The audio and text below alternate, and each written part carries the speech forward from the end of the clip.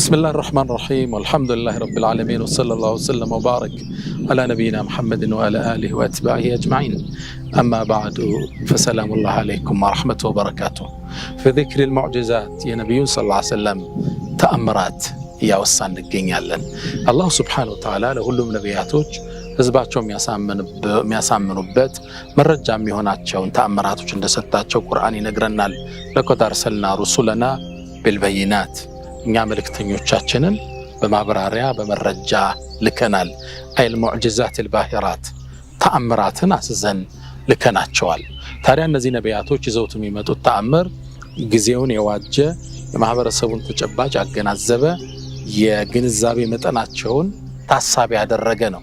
እነሱን የሚመስል ቀለማቸውን የሚሸት እነሱን የሚመስል ተአምራትን ይዘው ይመጣሉ። ረሱልም አለይሂ ሰላቱ ወሰላም ልክ እንደነሱ በርካታ ተአምራትን አላህ ሰጥቷቸዋል። የተአምራቶቻቸው ሁሉ መቋጫው ታላቁ የአላህ ቃል ቁርአን ነው። እሱ ተአምራቱ ቢዛቅ የማያልቅ ቢዘረዘር የማይነጥፍ ተአምር ነው፣ ይቀጥላል። ግን ደግሞ በተጨባጭ በህይወት ዘመናቸው የታዩ ተአምራቶች አሉ። የሚዳበስ የሚታይ የሚሸተት የሚሰማ ጨረቃን እስከ መሰንጠቅ ዝናብን እስከ ማውረድ የሩቅ ሚስጥርን እስከ መናገር የታመመን እስከ ማዳን በርካታ ተአምር እስካሁን ያየናቸውን ረሱል ሰለላሁ ዐለይሂ ወሰለም በህይወት ዘመናቸው እንዲከሰት አላህ በእጃቸው ላይ አድርጓል። አላህ በነቢዩ እጅ እንዲከሰት እኒህን ሁሉ ተአምራቶች አድርጓል። ኢማም አስበሃኒ ወኢማም አልበይሃቂ በርካታ ፊ ደላኢል ኑቡዋ ጠቅሰዋቸዋል። ኢማም አነወዊ ፊ ሸርሕ ሙስሊም ከ1200 በላይ ተአምር ተከስተዋል ይላሉ። አንዳንዶቹ 7 ሌሎቹ 9 መጽሐፍትን ጽፈዋል የእሳቸውን ተአምር ሲዘረዝሩ።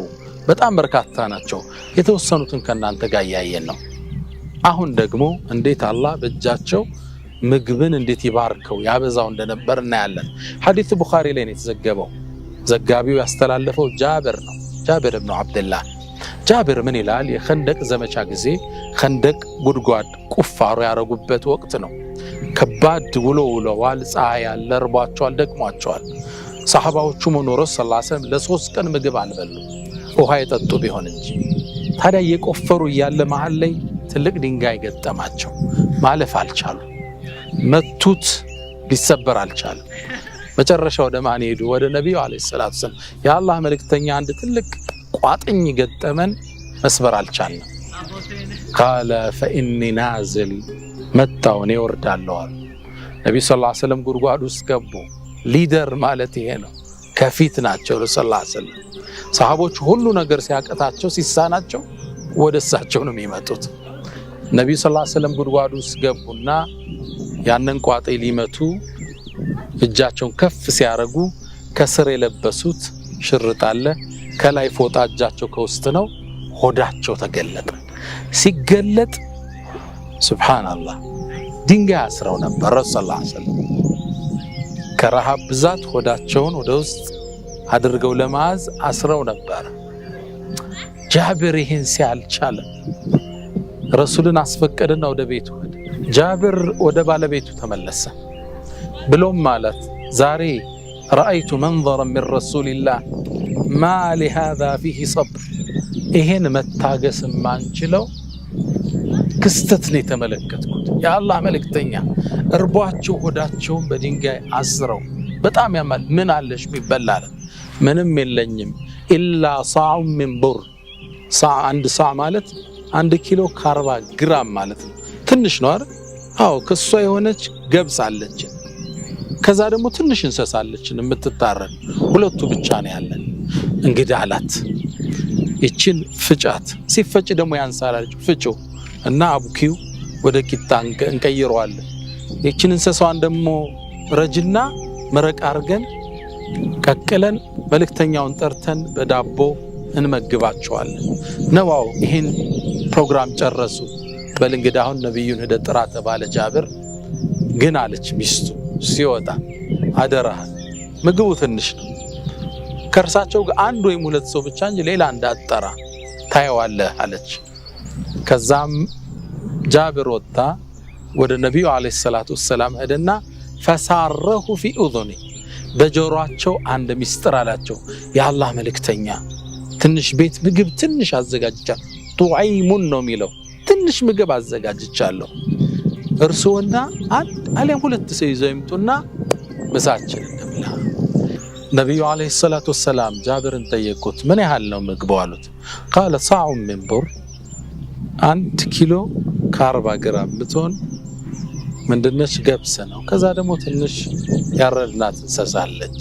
ይሄ ብቻ ነው ያለን። ፈቃለ ነቢይ በላ ኸይሩን ከሲር፣ ይሄማ በጣም ብዙ ነው ኸይር ነው አሉና ቆሟ መልእክተኛው። ያ ትልቅ መሪ ብቻውን ሊበላ ነው? መቼ ባህሪያቸው ነውና አዩሃናስ አሉ፣ እናንተ ሰዎች ወይ ዛሬ ምሳችሁ ጃቢር ቤት ነው አሉ። ሰራዊቱን ጠሩ። ሰራዊቱ እየተንጋጋው ደብል ወደ ጃቢር ቤት። ከዛም ለጃቢር ምን አሉት? ጠሩና በል ሚስትህ ሊጡን ከቃው አታውጣው፣ ቅድሩንም የቀቀላችሁትንም አትንኩት እስክመጣ። ረሱል ሰለላሁ ዐለይሂ ወሰለም ወደ ቤታቸው አቀኑ፣ ወደ ጃቢር ቤት። ጃቢር ቀድሞ ወደ ሚስቱ ሄደ። ቃለ ሀለክት፣ ወይኔ ዛሬ ጉድ ተሰራን አላት። ምን ገጠመ አለች። ነቢዩ ዓለይሂ ሰላቱ ወሰላም እኮ ሰራዊቱን ይዘውት መጡ። ሚስቱ ወይኔ ጉድ ያለች። ምን ተፈጠረ? ለብቻው ንገረው አላልኩም አለች። አዎ እኔማ ለብቻው ነበር የነገርኩት። ታዲያስ አንተን የጠራሃቸው ወይስ እርሳቸው? እርሳቸው። ምን አለች የጃቢር ሚስት? ረሱልማ ከጠሯቸው ራሳቸው ያውቃሉ፣ እርሳቸው ተዋለች። መልእክተኛው መጡ፣ ቤት ገቡ። ሊጡ እንደተቦካለ የጃቢር ሚስት በይ አብራሽ የምትጋግር ሴት አምጫሏት። አንዲት ትንሽ 1 ኪሎ ከ40 ግራም ነው። ሌላ ሰው ለምን ያስፈልጋል? ተአምር ልናይ ነው። አሁን ሙዕጅዛቸው ሊገለጥ ነው። እርሳቸው ኪችን ገቡ። ቂጣው ይጋገራል። እርሳቸው ወጡን ይጨልፋሉ፣ ሳህን ላይ ያደርጋሉ። ጃቢር ይሉታል 10 ሰው አስገባ ይባላል። 10 ያስገባል። ሁሉም በዳቦ መረቁን ስጋውን በልቶ ወጥቶ ይሄዳል። እንደገና 20 አስገባ፣ 20 ይገባል፣ በልቶ ወጥቶ ይሄዳል። እንዲህ ያደረጉ ሰራዊቱም ሁሉ መገቦት። ረሱሉ ዓለይሂ ሰላቱ ወሰላም ጃቢር ተጠየቀ፣ ከም ኩንቱም፣ ቡኻሪ ላይ ያለ ሐዲስ፣ ስንት ነበራችሁ? ቃለ ኩና 1000። ስንት ነበርነ? 1000 ሰው ነበርናል። 1000 ሰራዊት ገብቶ ያችን ትንሽ ስጋና ዳቦ የጃቢር ሚስት ምን ትላለች? ሊጡን ልክ ሳወጣው ሌላ ሊጥ እዛው ላይ ይበቅላል ትላለች። አሁንም ሲቆረስ ሌላ ሊጥ አብሮ ይበቅላል፣ እዛው ላይ ይበቅልበታል። አዲስ ነገር አብሮ ይወጣዋል። 1000 ሰራዊት ረሱል ኪችን ሆነው ሁሉም መግበው ከጨረሱ በኋላ እርሳቸው ቁጭ ብለው ተመግበው ለነ ጃቢር በረከቱን ሌላውን አስቀምጠው መልእክተኛው ወጡ። ይሄ ትልቅ ተአምር ነው፣ በጣም ትልቅ ተአምር። ከዚህ ምን እንማራለን? አንደኛ አላህ ሱብሓነሁ ወተዓላ በነብዩ እጅ ምግብን እንዴት ይባርክ ያበዛ እንደነበር እናያለን። ሁለተኛ ረሱሉ ዓለይሂ ሰላቱ ወሰላም ከሰሐቦች ጋር ነብይ ነኝ መሪ ነኝ አላሉ። ያሁን መሪዎቹን በጥቁር መስታወት ልናያቸው አንችልም። መኪናቸው የተጠበቀ በተከበረ ቤት ውስጥ ነው የሚኖሩት። እርሳቸው ሰው ጋር ናቸው፣ እርሳቸው ማህበረሰቡ ጋር ናቸው። 3 ቀን ሙሉ ከውሃ ውጭ ምግብ አልበሉም። ሆዳቸውን በድንጋይ አስረዋል።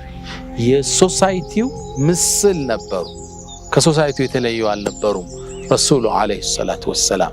ሶስተኛ በጣም የሚደንቀኝ እኔ እዚህ ላይ ነብይ ናቸው፣ ቁጭ ብለው አይመገቡም እንዴ? ኪችን ገቡና ሰራዊቱን አስተናገዱ። ይሄ ነው እኮ ረሱልን ሰለላሁ ዐለይሂ ወሰለም እንዲፈቀሩ ያደረጋቸው።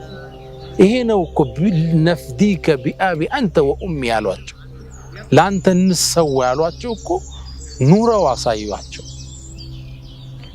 ከነሱ በላይ ሆነው ተመለከቷቸው። የአላህ መልእክተኛ አስተናጋጅ ሆነው ተመግበ ስትወጣ። አራተኛ ነብዩ መሐመድ ሰለላሁ ዐለይሂ ወሰለም ምን ያህል ሰዓት ነው ኪችን ውስጥ የቆሙ? ልብ በሉ፣ ምን ያህል ሰዓት ነው የቆሙት? 10 ሰው ገብቶ ለመስተናገድ ስንት ደቂቃ ይፈጃል? 2 ደቂቃ በሉት እስኪ። በ2 ደቂቃ በልተው ወጡ ብትል እሰቡት፣ እርቧቸዋል። ስለዚህ የሚበሉት የትናንትን ረሃብና ነገ እንዳይረባቸው በደንብ በልተው ነው የሚወጡት። ልብ በሉ፣ ስንት ደቂቃ ይፈጃሉ? ምግቡ ሲቀርብ ለመመገብ 2 ደቂቃ ፈጅቷል ብንል 10ሩም በአጠቃላይ ሲቀርብ ሲነሳ ሰዓቱን ተውት 2 ደቂቃ ባደርገው 100 ዙር ስለገቡ 10 የሆኑ 1000 ሰው 200 ደቂቃ ፈጅቷል። ያ ማለት 3 ሰዓት ከ20 ደቂቃ ያህል በትንሹ ነብዩ አለይሂ ሰላቱ ወሰለም ኪችን ውስጥ ቆመው አስተናግደዋል። ሳቱ ሙቀቱ አለ፣ ዳቦ ይጠበሳል፣ ይጋገራል፣ ወጥ ያደረጉ እየሰጡ ማለት ነው። ለዛ ነው አላህ ወኢነከ ለዓላ ኹሉቅን ዐዚም ያላቸው።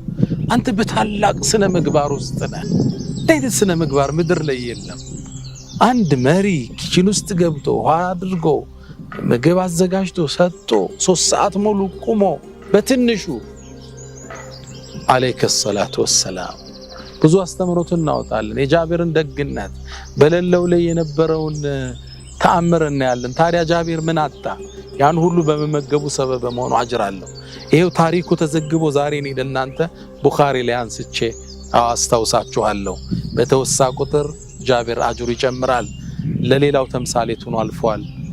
اللهم صل وسلم على نبينا محمد። ሌላ ተከታይ ተአምራቶችን ዝርዝር እንመለከታለን። وبإذن الله وبتوفيق الله. السلام عليكم ورحمة الله تعالى وبركاته.